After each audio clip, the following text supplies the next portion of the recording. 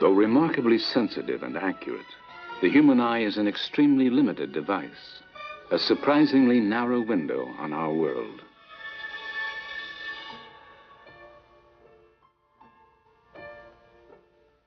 In the fragile film of a soap bubble lies a normally unseen realm, a miniature liquid kaleidoscope, too small for our eyes to see.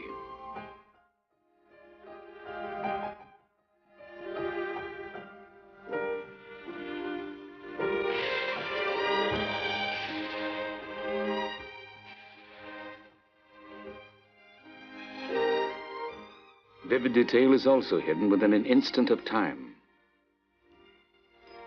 Many events are simply too fast to be seen with the unaided eye.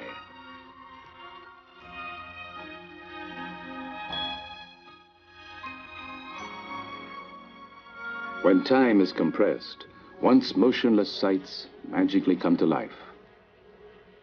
A voracious army of fire ants devours a helpless cricket. It is an awesome day-long process, too slow for us to notice.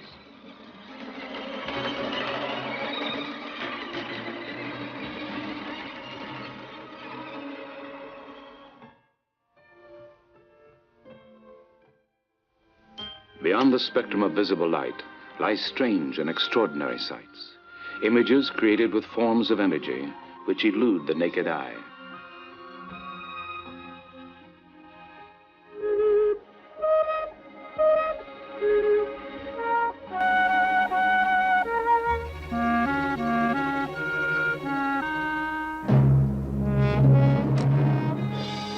Today, as never before, cameras and other instruments that see are radically expanding the limits of our vision and knowledge, and altering forever our image of the world.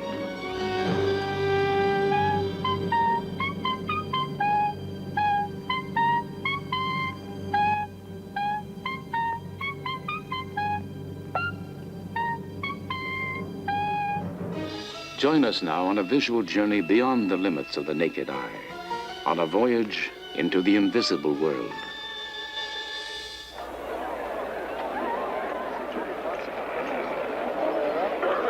We are visual creatures, reliant on our eyes as our primary link with the world. Able at a glance to estimate size, measure depth, register movement, make sudden shifts in focus, and instantly distinguish a million different colors, our eyes are the most highly developed of all living species. Yet despite our eyes' amazing powers and remarkable versatility, there are infinite sights around us to which we are totally blind.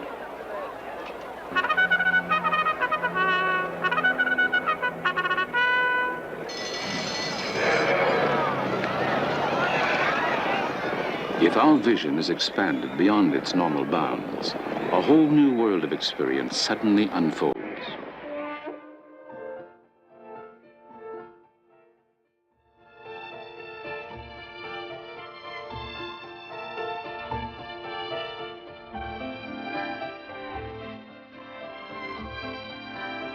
Through the specialized eyes of cameras come new dimensions of seeing.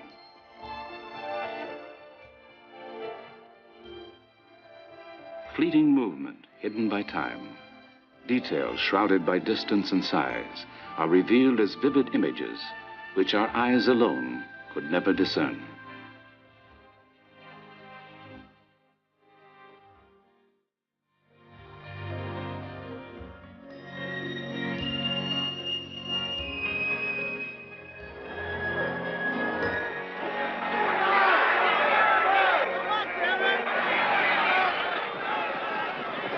The camera must often come to the aid of our blinkered sense of sight. What thousands of eyes have witnessed firsthand, we must rely on a camera to actually see.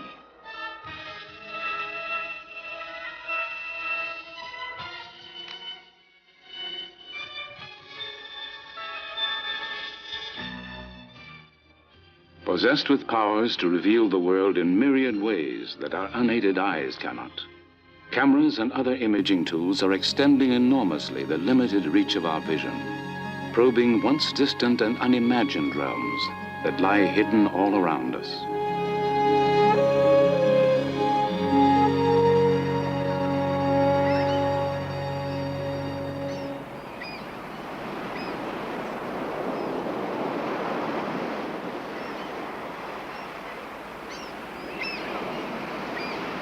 We delight in exploring the world we can see.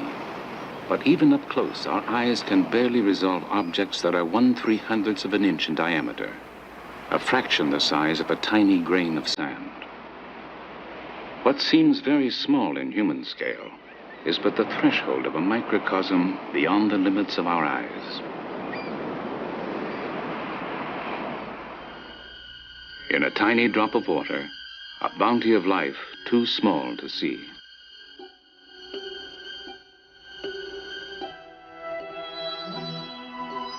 Like spaceships from an alien world, delicate creatures called plankton silently maneuver through their seemingly boundless universe.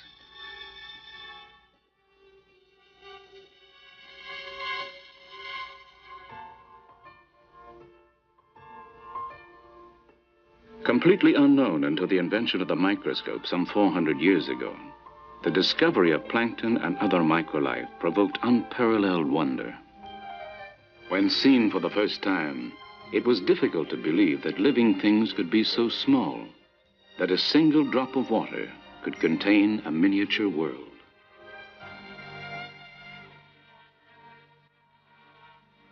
Indispensable tools of science, modern microscopes fitted with cameras can now easily recapture the sights that were seen when man first glimpsed the microworld. Bacteria. Discovered in 1674, their tiny size and great abundance seemed nearly inconceivable. A slice of leaf revealed a complex structure of tiny living cells, which no one had dreamed existed.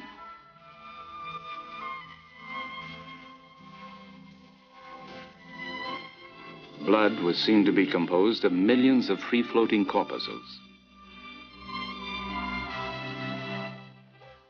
The sight of a cell dividing seemed a miracle of nature, another astounding discovery which would help to lay the foundations of modern biology and medicine.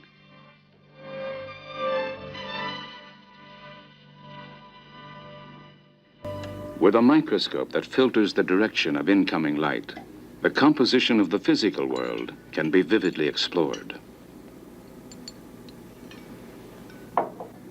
When a liquid transforms into a solid, as when water turns to ice, the tiny crystals that will form its structure organize into shape.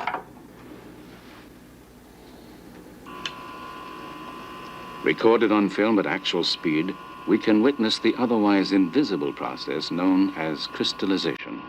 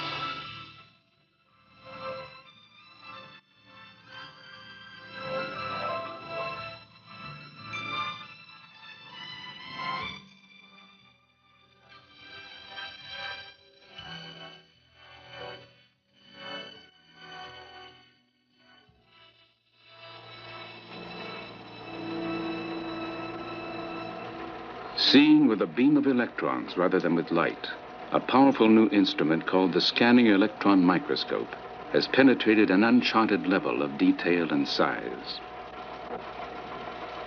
For David Scharf, a researcher and photographer, it is a means to explore a whole new world of inner space.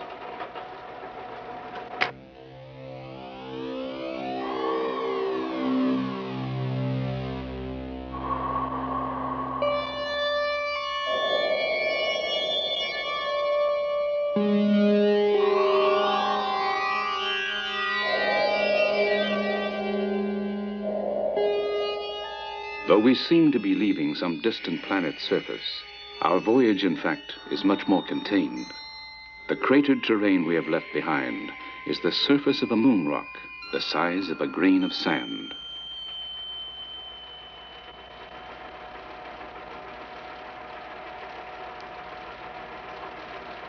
The fragile structure of an alyssum flower is barely visible to the eye. In the vacuum chamber of the microscope, a focused beam of electrons will be aimed across the flower's surface to form a magnified image.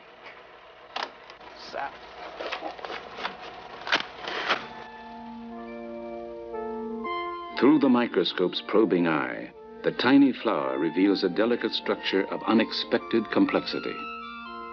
When magnified more than 20,000 times, we can see single grains of pollen.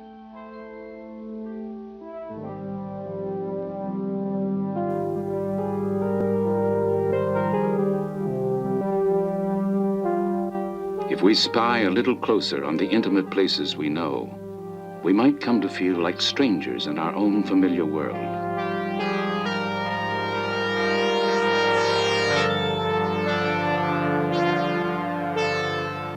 Zigzags of rough-hewn channels gouged into a surface are a magnified view of the narrow grooves in an ordinary phonograph record.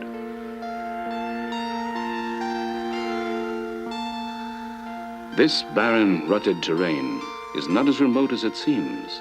It is the porous surface of the tip of a ballpoint pen.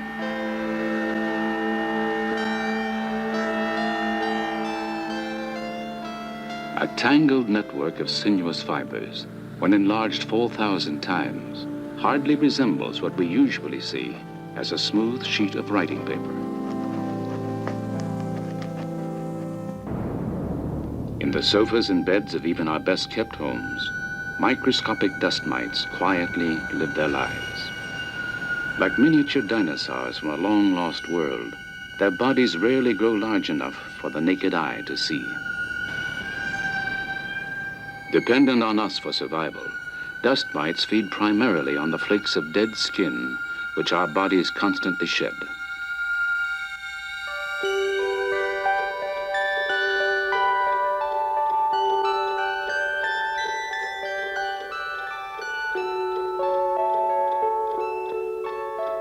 What at first sight appears to be a crude medieval machine is actually a precision instrument nearly all of us depend on.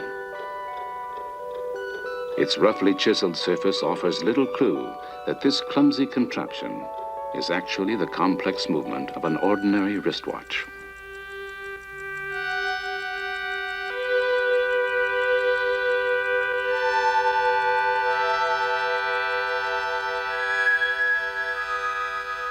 Our skin itself hides a miniature world from the normal view of our eyes.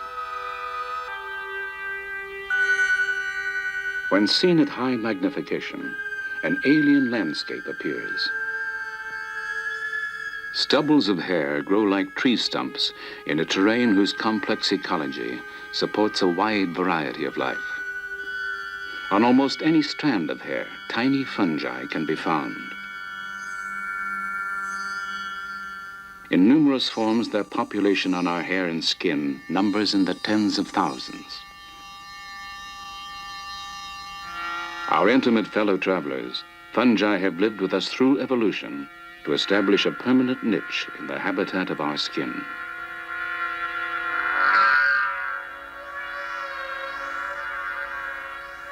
In the roots of everyone's eyelashes live tiny mites called Demodex funicularum. Apparently, they cause us no harm, but why they are there and exactly what they do have yet to be discovered. The varied micro-landscapes on the surface of our bodies can also fall prey to less desirable guests. Meet Pediculus humanus capitis, the headlouse, a tiny and bothersome pest which lives its life firmly attached to a single strand of hair. Sarcoptes scabii, the scabies mite, is a microscopic creature that makes a comfortable home by burrowing directly into the skin.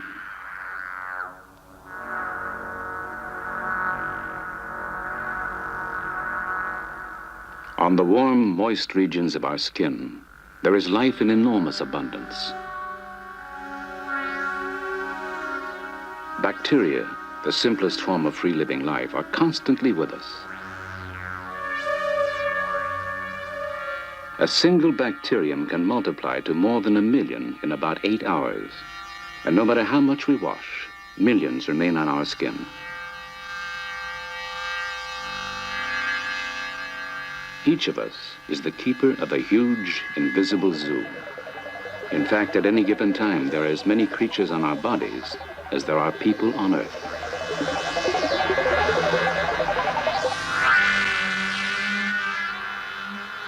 If our numerous companions do not inspire our love, at least we have the consolation of knowing that we are never completely alone.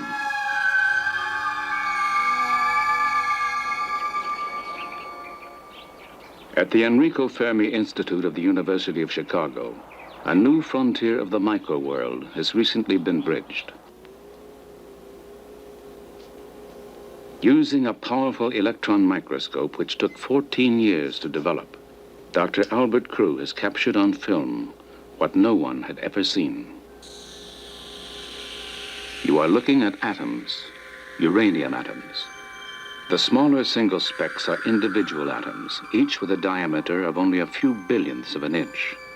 The larger masses are clusters of several atoms.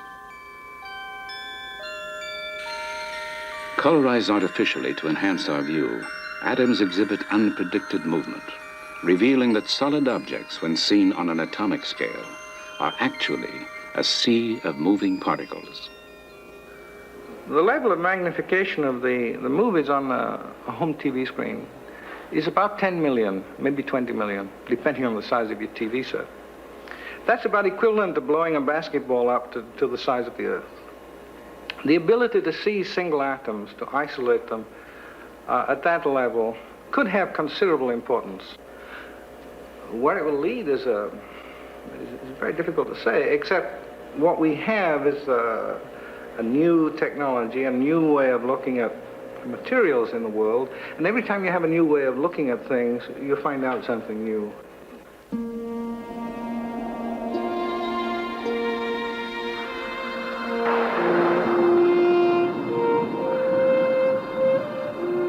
We are exiled from other worlds by time as well as by size.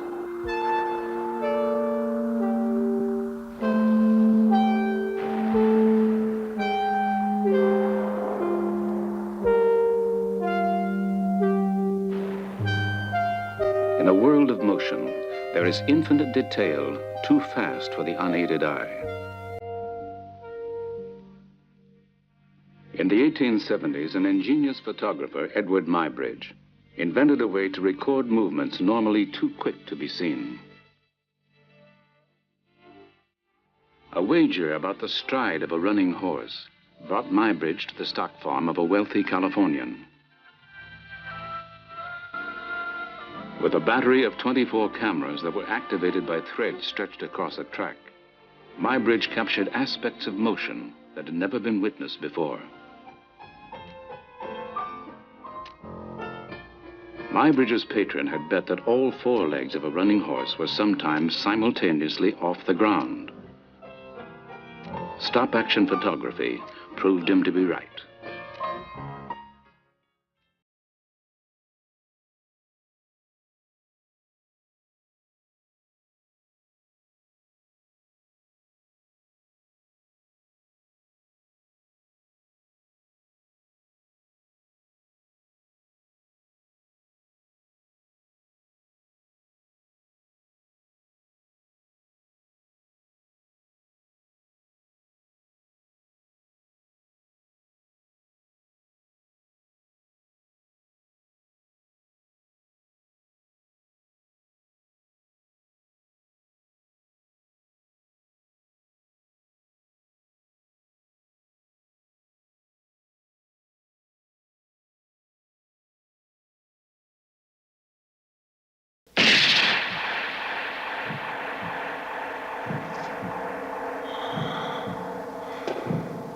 Today, modern high-speed cameras can record rapid motion with a clarity that Edward Muybridge could only have dreamed of. Slow-motion film is now a commonplace tool in analyzing athletic performance. For Dr. Gideon Ariel, a physical education expert and a former discus thrower on the Israeli Olympic team, slow motion film is just the first step in the scientific coaching of athletes.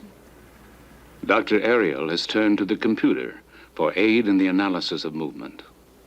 Slow motion film of an athlete is projected frame by frame onto a recording screen.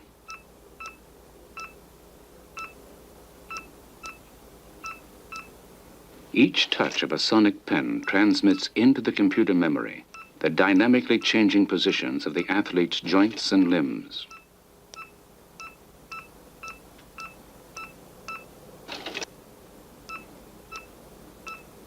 Human movement is governed by the same laws of motion that apply to the entire physical world. And from the visual information contained in the film, the computer can rapidly calculate the interrelationship of force, acceleration, and velocity in the athlete's movements.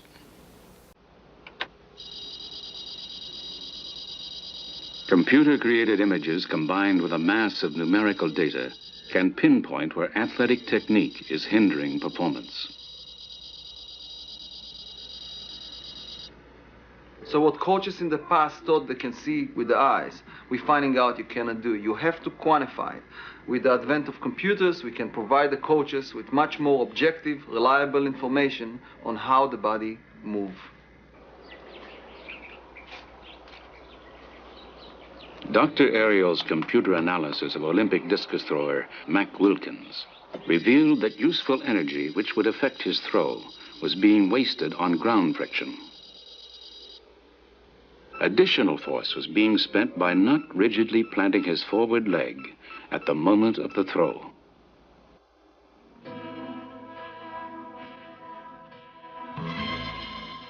Based on this analysis, Wilkins altered his throwing technique.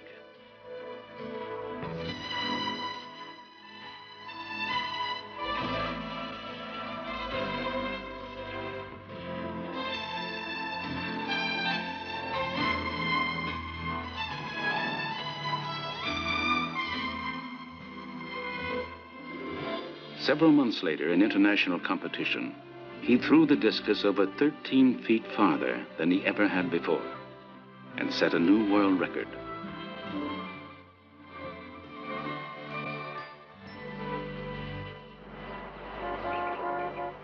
In a remarkable laboratory at the Massachusetts Institute of Technology, time and motion are dramatically dissected.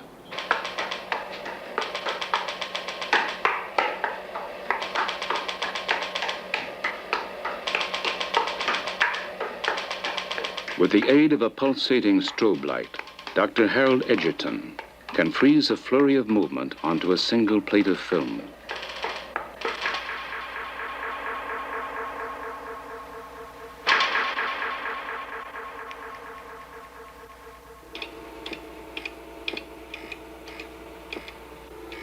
Dr. Edgerton developed the strobe light in 1931. Unable to see how electric motors behaved when they rotated at various speeds, he designed a light which could flash so quickly and brightly that motion seemed to stop.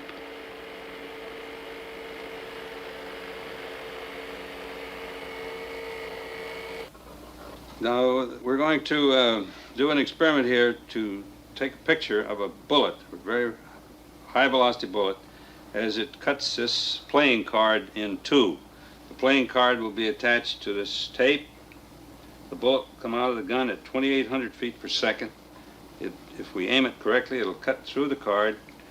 And we want to turn on a light, a very special strobe light, that lasts less than a millionth of a second in order to stop the bullet effectively on the film, make a sharp, clear photograph.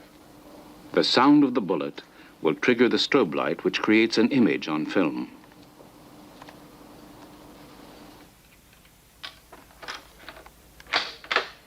A first shot will test Dr. Edgerton's aim. Here we go.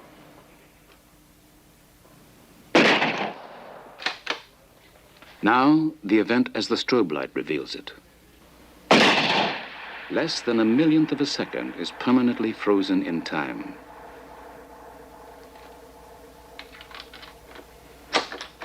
Another striking example of the strobe's revealing power is what Edgerton calls making applesauce.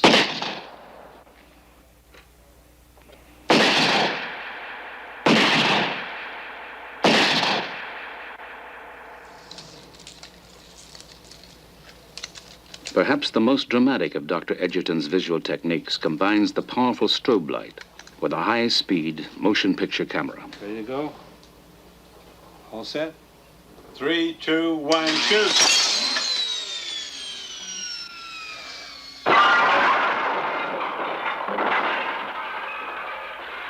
Stretching events thousands of times reveals invisible detail that can be seen and studied in no other way.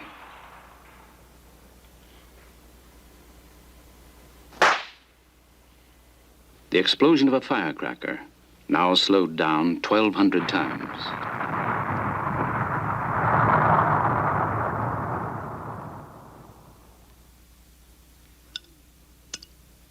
Examine the plop of a milk drop 200 times slower than usual. And it becomes a magical vision of hydrodynamic behavior.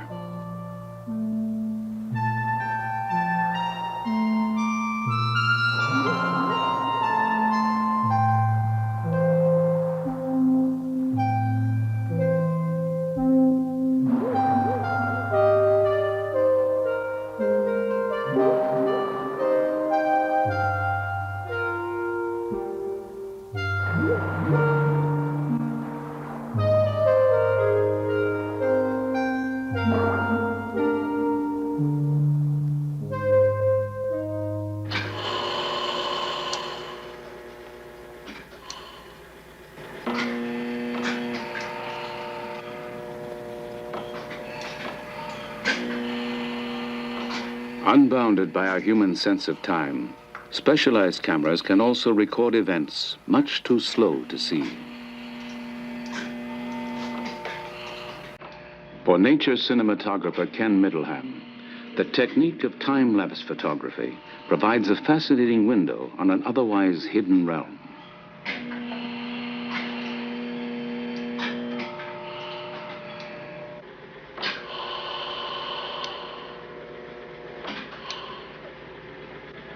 By taking single photographs at longer than normal intervals, time and events are compressed into a dramatic new scale.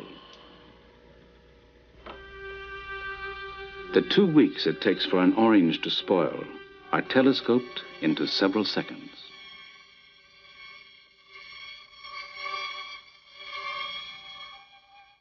A bunch of unripened bananas mature before our eyes.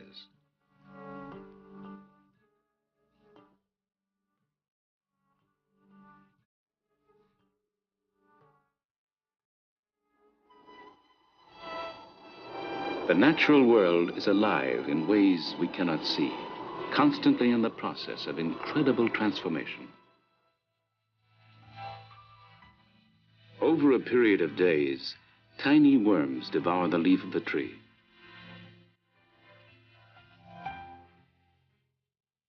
An apple provides a week-long meal for dozens of hungry grubs.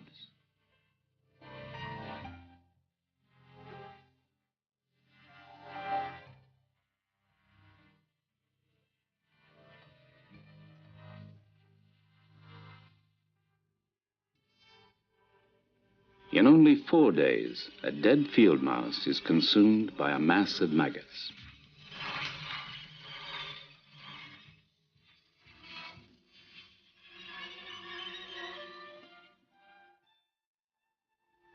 From the unstoppable process of decay, there inevitably springs new life in full and beautiful abundance.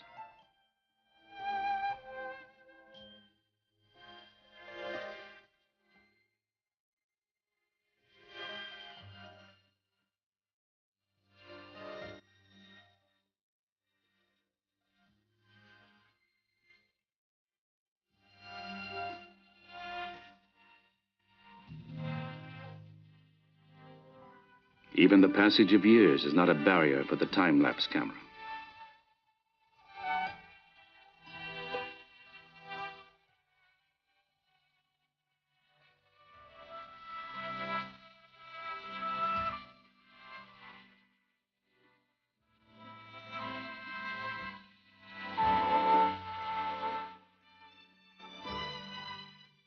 In less than half a minute, a boy can grow from 4 to 20 and then return again to childhood.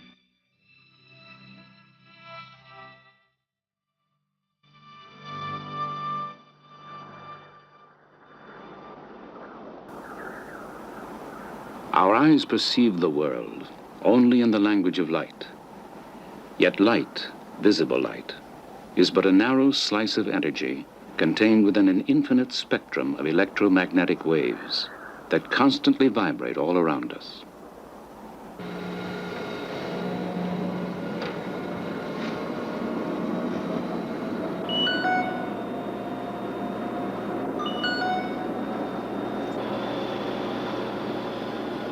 When scientists analyze light, breaking it apart into its component wavelengths, the familiar rainbow of colors from red to violet appears.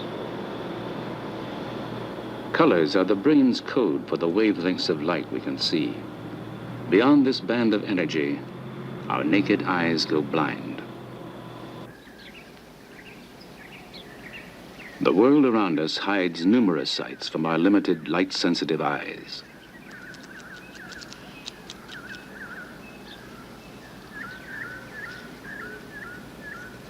By equipping a camera with a sensitive filter, we can see the world reflected in ultraviolet light, the invisible wavelengths of energy beyond the color violet.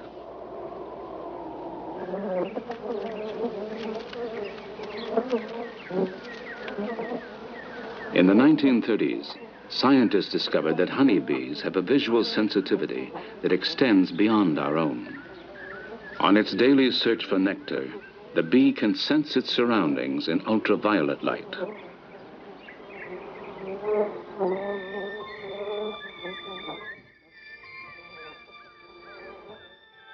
Some flowers we see as solidly colored have a very different appearance to the bee.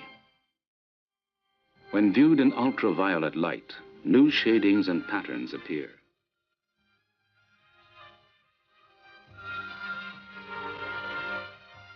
Helping to guide the bee to nectar and pollen, ultraviolet markings hidden from our eyes have been discovered on numerous flowers.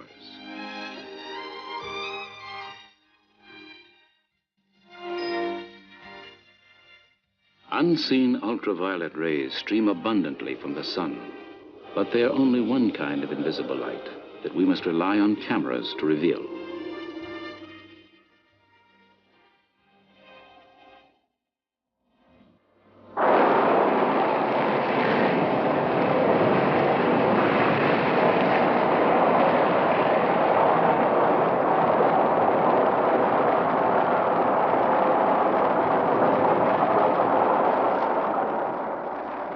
We see the light of a burning match, but an image of its heat eludes us. If our eyes could see the part of the spectrum where red light turns to infrared or heat, our view of the world would suddenly take on a new and expanded scope.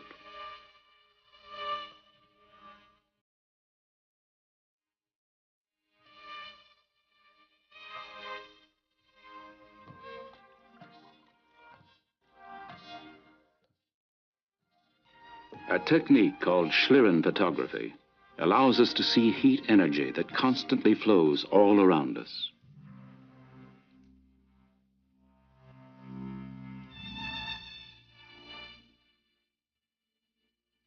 A valuable new tool in medicine, supersensitive infrared cameras can detect slight variations in skin temperature, which often signal early warnings of cancerous tumors and other diseases. Each color represents a 1/2 degree difference in temperature. Red areas are the warmest, blue the coolest. To a doctor's trained eye, the body's varied heat patterns show a wealth of vital diagnostic information, once hidden from his view.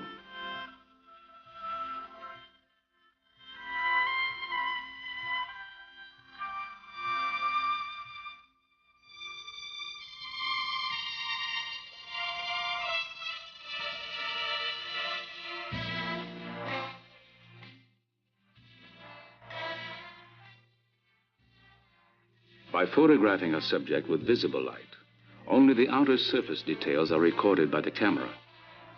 Using another form of energy, invisible to the eye, we can penetrate solid matter and create an image on film.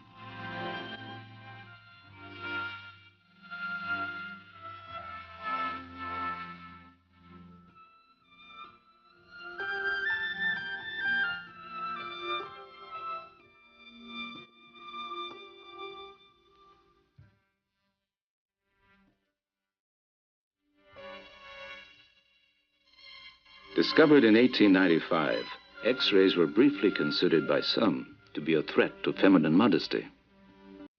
However, fears were allayed at first sight of the image, and the X-ray was quickly put to use as a valuable new tool of medicine.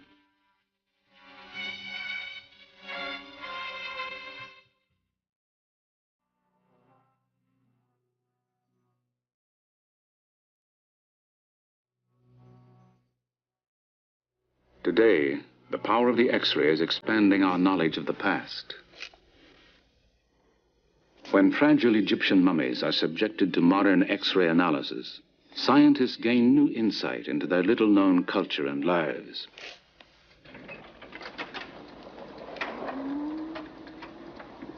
What time and wrappings have hidden, X-rays can still reveal.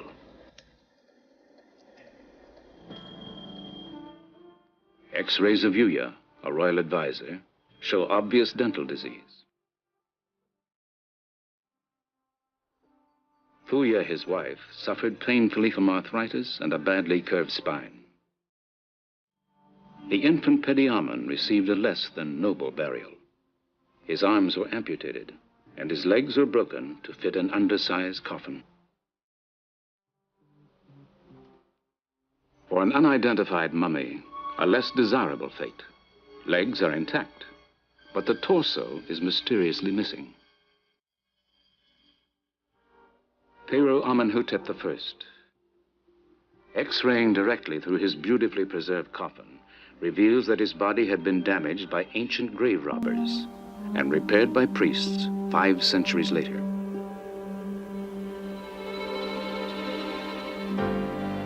Perhaps no pharaoh is better known than the young king Tutankhamun. Penetrating rays show that his golden mask was constructed in several parts.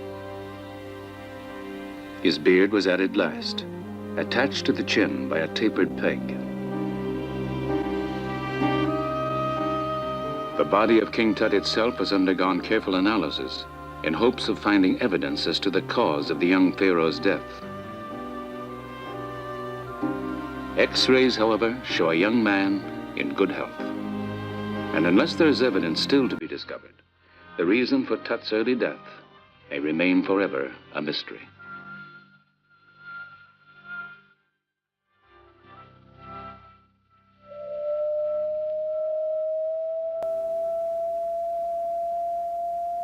Sound, like light or heat or X-rays, radiates all around us in the form of vibrating waves.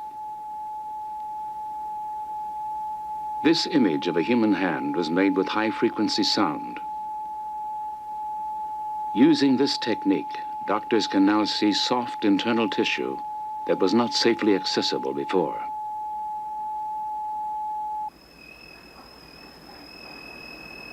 Sensitive sound imaging cameras are today revolutionizing prenatal care. Okay, I'm just going to get one quick look.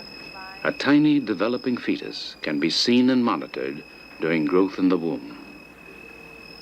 Seen here in profile, its head on the top right, the fetus arches its back and stretches. It hiccups, then moves its arm and slightly turns its head.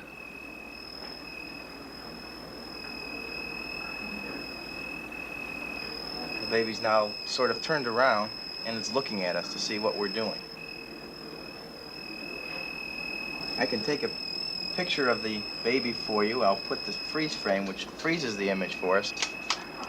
Today, a mother's first baby picture is often made with sound before the child is born. Pretty good. See there, baby's head. But everything else looks fine. Baby's moving around a lot. Baby's heart is beating fine, and you have a normal amount of amniotic fluid for this time. What does it look like? You or Brad? I think it looks like me.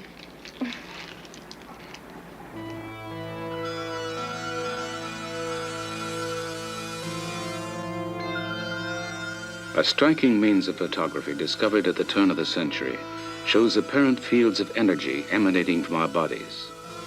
It is known as Kirlian or electrophotography, and almost everything filmed with this technique shows an active surrounding aura.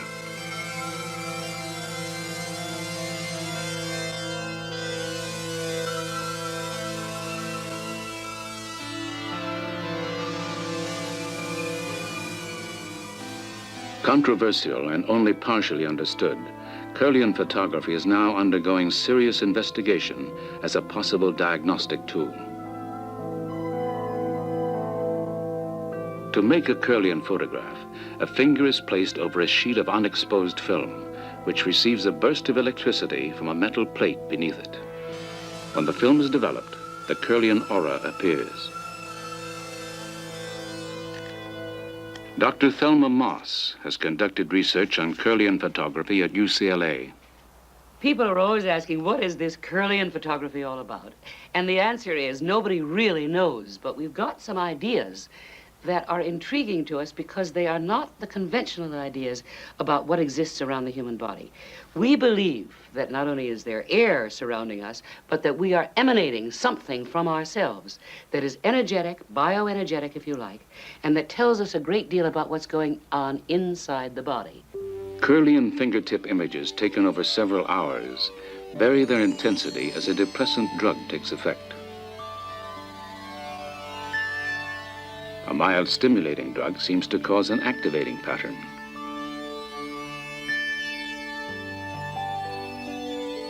These Kirlian photographs record the sequence of a woman's monthly menstrual cycle.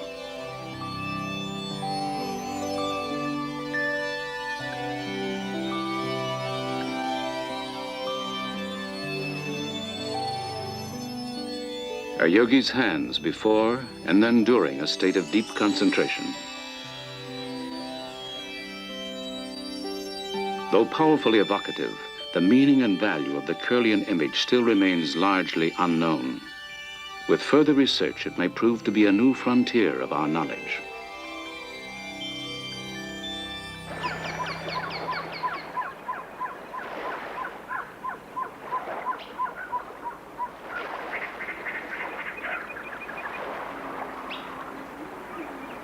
At the Fermi National Accelerator Laboratory near Chicago, we are being brought ever closer to an ultimate frontier. With huge exotic equipment, scientists are working to better see and understand the smallest possible particles of which all matter is made. Only 25 years ago, atoms composed of protons, neutrons, and electrons were regarded as the smallest basic objects. Today, it seems that atoms are built of even tinier things called quarks.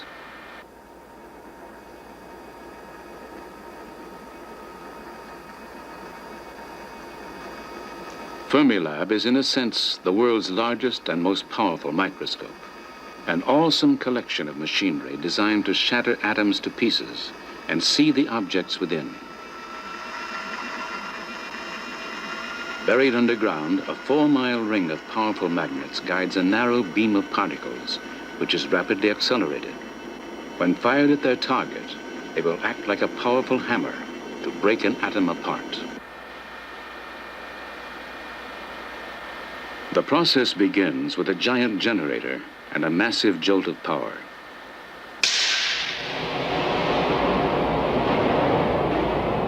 Hurled within seconds to nearly the speed of light, the beam of particles is aimed to strike the tiny nuclei of atoms. The collision will be photographed by several sensitive cameras.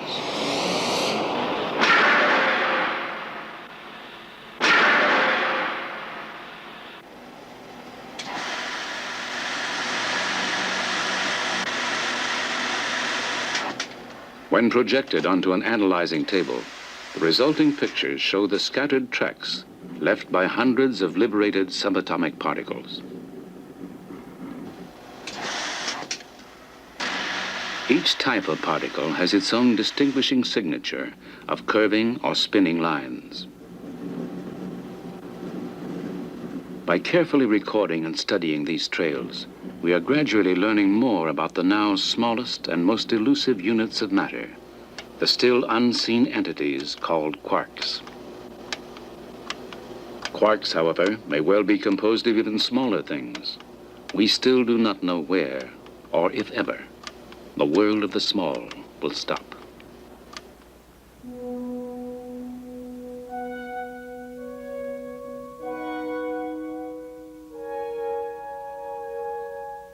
High above the Sonoran Desert near Tucson, Arizona, the Kitt Peak National Observatory is focusing our vision onto the realm of the very large.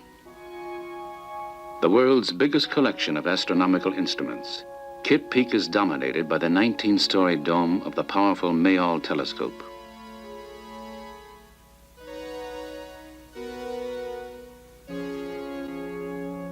Like most modern optical telescopes, it is really a colossal camera with which to photograph the sky.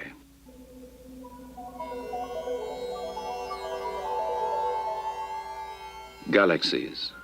Only 60 years ago, their existence was just a theory. But with the construction of larger and larger telescopes, thousands were seen and photographed. Today, astronomers estimate that the universe contains at least 100 billion galaxies, each with 100 billion stars.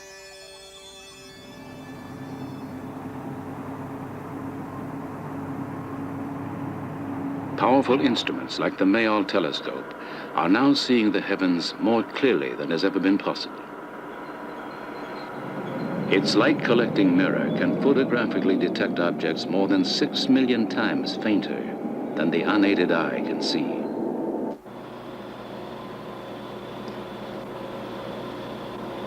Astronomers today rarely look through a telescope directly.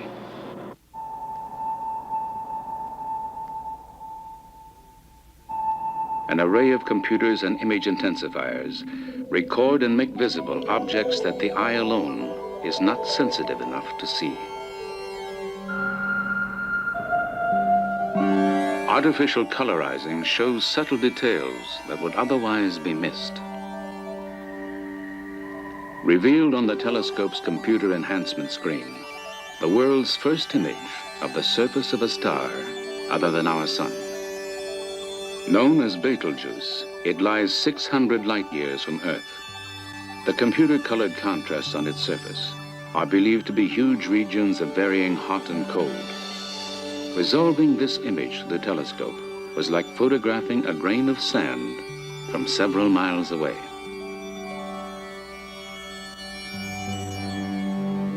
Probing ever deeper into the enormity of the sky, the powerful eye of the telescope is extending our horizons toward the limits of space and time. From this exploration, new and astonishing sights are offering clues to such baffling questions as, what are stars? How do galaxies form? Does the universe have an end?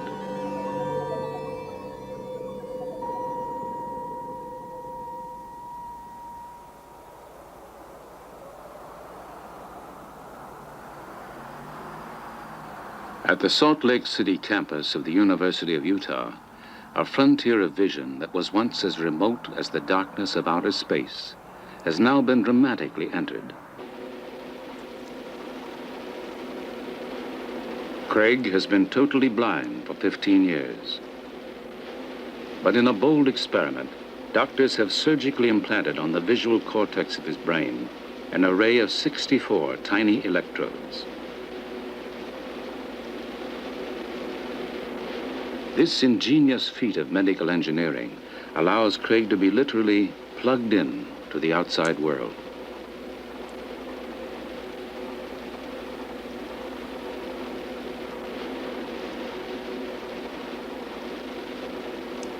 Bypassing his useless eyes and optic nerves, doctors can send images in the form of electrical signals directly to the visual center of his brain.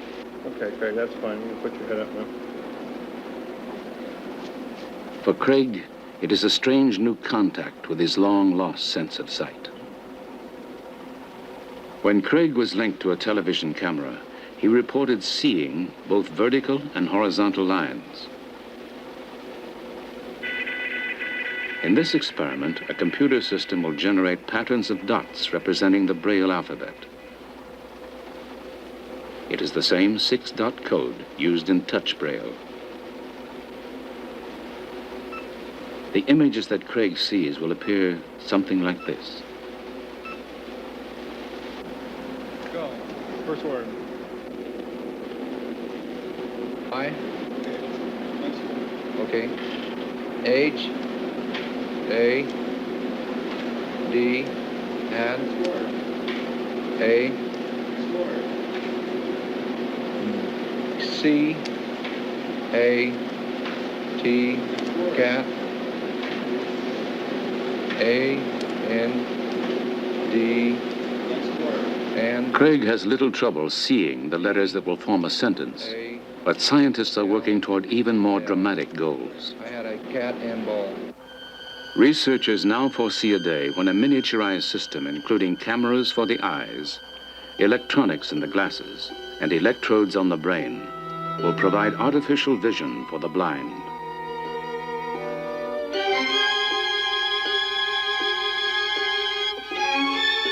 In the time it takes to blink an eye, cameras can transport us to wondrous new realms, revealing once hidden places that span from the reaches of outer space to the inner depths of nature.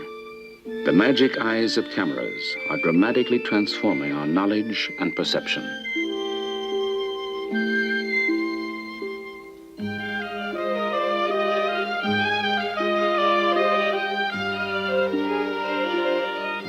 In coming years, our vision of the world will be stretched to newer boundaries. For today, we have only begun to explore the invisible worlds all around us.